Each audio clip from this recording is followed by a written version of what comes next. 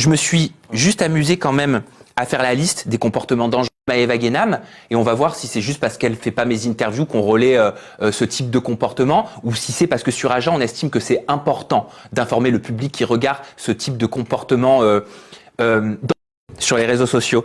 On se rappelle tous de la nénette, d'une enfant de 12 ans. Oui. Ok. On se rappelle tous là très récemment de Maëva Guénam qui se filmait en train de faire pipi dans la nature en disant qu'elle se nettoyait la nénette avec une lingette pour voiture. Totalement. Ok. On se rappelle que sa mère avait accusé sa propre fille de l'avoir frappée.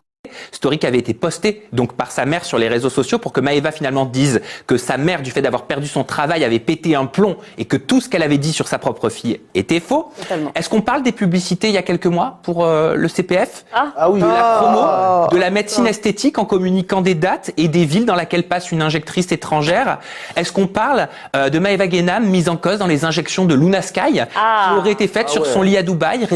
Par complément d'enquête. On l'a toujours pas entendu sur ça d'ailleurs. On l'a pas entendu là-dessus. Non, toujours pas. Est-ce qu'on parle de publicité trompeuse en vantant les mérites de box à bonbons qui seraient à 1 euro en dissimulant le réel prix des abonnements qui sont derrière?